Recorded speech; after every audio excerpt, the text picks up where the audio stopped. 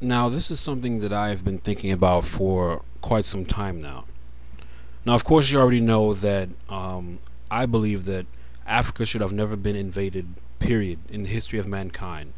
You had too many people, too many different intelligent civilizations there for us to be invaded.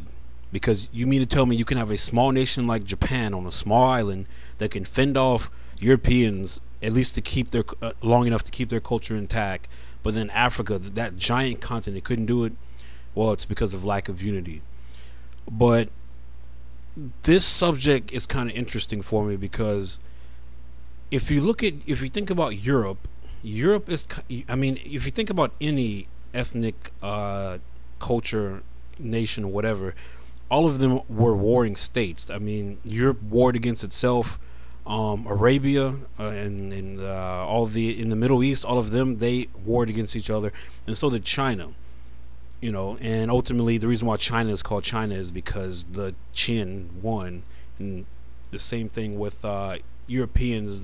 The Europe and the British, they became the dominant people over there. Now, whether black people like to admit this or not, Africans were doing the same thing.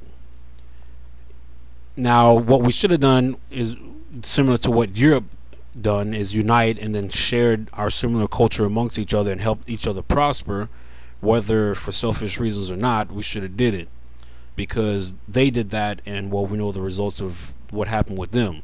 And they enslaved each other and pretty much treated each other very harshly. I mean, evil. And if you study anything, if you study European history or any ethnic history, you will find some evil and devious stuff in there.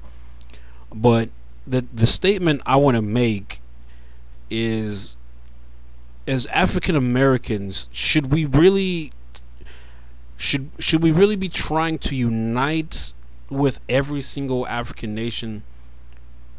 Now, I've heard, now Nigeria, you can actually go back there in West Africa and actually get citizenship. They're offering citizenship to all diaspora Africans. So I can kind of see maybe with the Nigerians that they would want to unite with African Americans. But I don't know if you guys listened to Dark One Sun's video. This is a common thing. I mean, it's not just the Eastern Africans that kind of have this kind of snobbery with African Americans, but you can see it in other Africans as well. I mean, I've gotten snobbery from African people from the islands as well, which is it's mind-boggling when it happens, but it does happen, and it happens a lot where I'm at. So my question is, I mean, should we be considering just ourselves as our own people first before we go out and attach to other African nations, or maybe we should be more selective about the African nations who we call or who we say that we are united with?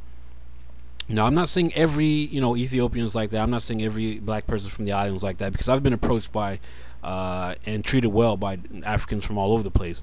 But majorly, I will agree that some of them, or a lot of them, have this look upon African Americans as if we're like a not third class, but just not even on, not basically not on their level. That's why, I mean, that's why they don't even want you to they don't even want their children to marry any one of us. They get very specific about that, and that's a cultural thing if you think about it. I mean, if you really be honest with yourself, would you really want to, as an African American, would you really want to go to Africa and marry, say, an Ethiopian, or a Zulu, or any other, name any other ethnic African group of people?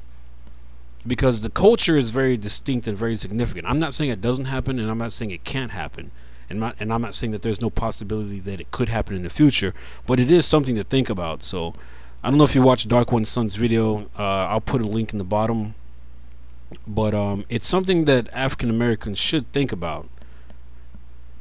So that's my thoughts on that. Just a little something for African Americans to think about.